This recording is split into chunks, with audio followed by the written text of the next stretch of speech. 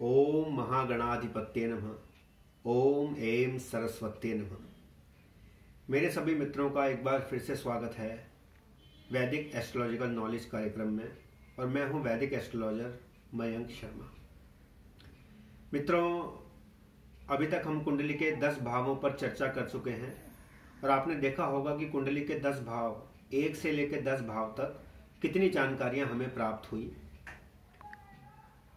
उसी श्रृंखला में आज हम 11वें भाव की चर्चा करेंगे, परंतु उससे पूर्व जैसा कि मैंने आपसे कहा था कि हम कुछ समय आध्यात्मिक चर्चा को देंगे, क्योंकि मित्रों इस मानव जीवन में यदि आध्यात्मिक उन्नति नहीं की तो ये पूरा जीवन व्यर्थ है। चाहे आपने कितना धन अर्जित किया है, चाहे आप कितने धनी हैं, समाज में आपने जो मान सम्मान अर्जित किया है वो भी व्यर्थ चला जाता है अगर आपने आध्यात्मिक उन्नति नहीं की, क्योंकि मान सम्मान अधिक मिलने से मनुष्य में अभिमान का वास हो जाता है। मित्रों, जी हाँ, अभिमान जितना बढ़ेगा स्पिरिचुअल प्रोग्रेस उतनी कम होती चली जाएगी।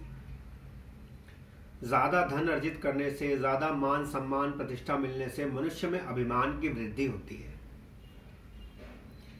मित्रों, कभी आपने विचार किया है कि आपने एक विशेष घर में एक विशेष माता पिता के घर पर ही क्यों जन्म लिया?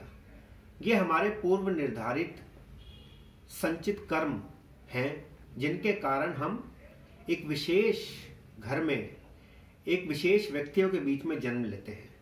हमें किस प्रकार के माता पिता मिलेंगे, किस प्रकार के भाई बहन मिलेंगे, किस प्रकार की पत्नी हमें मिलेगी, किस प्रकार के मित्र मिलेंगे, समाज में किस प्रकार के लोगों से हमारा संबंध रहेगा, उनके साथ हमारा विचारों का आदान प्रदान रहेगा, ये सब हमारे पूर्व जन्मों के संचित कर्म निर्धारित करते हैं। मित्रों, एक बात हमेशा स्मरण रखना, यदि आप अपने आसपास उपस्थित लोगों के साथ अपने संबंध अच्छे रखते हैं तो आपकी कुंडली अपने आप सुधर जाएगी। माता पिता के साथ संबंध अच्छा रखने से चंद्र और सूर्य सुधर जाते हैं, वो बली हो जाते हैं और आपको शुभ फल देते हैं। अपने बहन भाइयों के साथ संबंध अच्छा रखने से बृहस्पति और मंगल शुभ हो जाते हैं।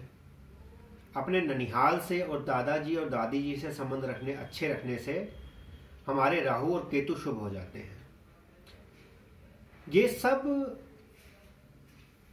मनुष्य, इनके साथ जो हम व्यवहार करते हैं वो हमारी आध्यात्मिक परीक्षाएं होती हैं। मित्रों, कि हम अपने माता पिता के साथ, अपने भाई बहन के साथ, अपनी पत्नी के साथ, अपने मित्रों के साथ, अपने कार्यस्थल में, अपने ऑफिस में, अपने सहकर्मियों के साथ, कलीग्स के साथ हम किस प्रकार व्यवहार कर रहे हैं, यह हमारी आध्यात्मिक उन्नति निर्धारित करता है।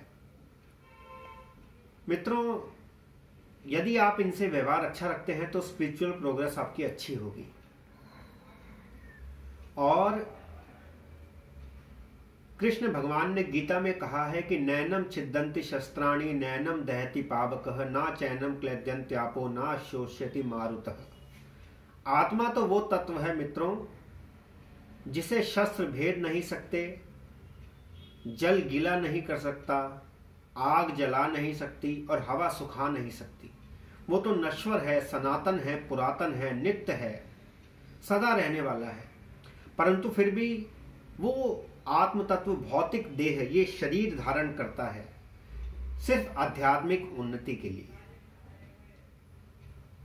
आप अपनी आध्यात्मिक परीक्षाएं अच्छे से दो, आपकी स्पिरिचुअल प्रोग्रेस होगी और जन्म मरण के चक्र से मनुष्य को मुक्ति मिलती है। कलयुग में केवल ईश्वर के नाम जाप से, ईश्वर के विभिन्न नामों के स्मरण मात्र से ही मनुष्य सभी पातकों से, सभी पापों से मुक्ति पा सकता है। आप लोगों के प्रति सोच अच्छी रखो, उन्हें कष्ट मत दो, उनके साथ अच्छा व्यवहार करो, तो निश्चय ही हमें आत्म तत्व ईश्वर का ज्ञान होता है, स्वयं का ज्ञान होता है। तो इस प्रकार मित्रों, ये तो थी आज की आध्यात्मिक चर्चा, और हम इस प्रकार आध्यात्मिक चर्चा आगे भी एपिसोड में करते रहेंगे। अब हम चर्चा करेंगे कुंडली के 12 भावों में से 11वें भाव की, जो कि अपने आप में बहुत ही महत्वपूर्ण भाव है, क्योंकि इसे कहते हैं हाउस ऑफ गेन्स। ये लाभ का भाव है। मित्रों, आप जीवन में जो जॉब करते हैं, जो प्रोफेशन आपका है, जो आप बिजनेस करते हैं, उससे आपको कितना लाभ होगा, कितनी लिक्विडिटी आपको प्राप्त होगी, कितना धन आपके पास आएगा, this is determined by 11th house. How much gains you will have out of your profession and out of your job, that is something we need to ascertain from 11th house. 11वां भाव आपके बड़े भाई और बड़ी बहन का भी है। आपके कितने बड़े भाई होंगे, कितनी बड़ी बहनें होंगे या नहीं होंगे, और उनका स्वास्थ्य कैसा रहेगा, उनके साथ आपके संबंध कैसे रहेंगे बड़े भाई बहनों के साथ, ये 11वें भाव से पता चलता है। आपके पिता कितनी धन संपत्ति अर्जित करेंगे, ये भी 11वें भाव से पता लगता है। मित्रों, इसकी जानकारी भी 11वें भाव से मिलती है। क्या आपको आपके पिता द्वारा अर्जित संपत्ति का लाभ होगा, इसका ज्ञान भी हमें 11वें भाव से प्राप्त होता है। 11वां भाव जितना बली है, उसमें जितने शुभ ग्रह हैं, आपको उतने ही सोर्स ऑफ इनकम रहेंगे, मल्टीपल सोर्स ऑफ इनकम रहेंगे, एक से ज्यादा सोर्स ऑफ इनकम रहेंगे। आप जॉब भी कर सकते हैं, पार्ट टाइम बिजनेस भी कर सकते हैं। 11th हाउस का लॉर्ड अगर केंद्र में है, त्रिकोण में है, तो वो बली होकर आपको धन प्रदान करता है। परंतु 11th हाउस में यदि पापक ग्रह हैं, नीच का कोई ग्रह है, तो आप धन संबंधी, आपको धन प्राप्त करने में आपको अड़चने आएंगी, बाधाएं आएंगी, और जो धन प्राप्त होगा उसका लाभ भी आपको प्राप्त नहीं होगा। 11वां भाव आपके छोटे भाई बहन के भाग्य का भाव भी है। वो आपके छोटे भाई बहन के भाग्य की उन्नति के बारे में बताता है, उनके भाग्य उदय के बारे में बताता है। तो इस प्रकार आपने देखा कि 11वां भाव कितनी जानकारियां अपने में समेटे हुए है। 11वें भाव पर यदि बृहस्पति की दृष्टि है, शुक्र की दृष्टि है, बुध की दृष्टि है, चंद्रमा की दृष्टि है, तो उतने ही ज्यादा अधिक आपको लाभ प्राप्त होंगे।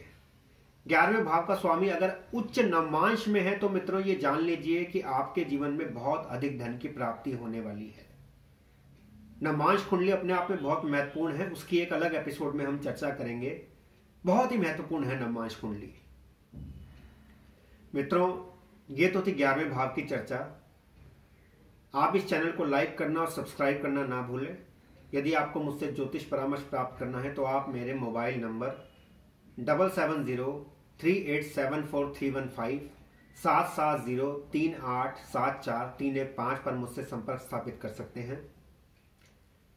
एक बार कुंडली का विश्लेषण अवश्य करवाइए मित्रों। जो कुंडली में दोष हैं, उनकी रेमेडीज, उनके उपाय कीजिए। निश्चय ही आपको लाभ होगा और आप जीवन में प्रगति के मार्ग पर अग्रसर होंगे। उपायों पर हम अलग एक एपिसोड करेंगे, और एक से ज्यादा एपिसोड भी उपायों पर हम कर सकते हैं, क्योंकि कुंडली में उपाय बड़े महत्वपूर्ण हैं मित्रों। कल फिर भेंट होगी और कुंडली के अंतिम भाव 12वें भाव पर चर्चा होगी मित्रों। तब तक के लिए आपका दिन मंगलमय हो। धन्यवाद।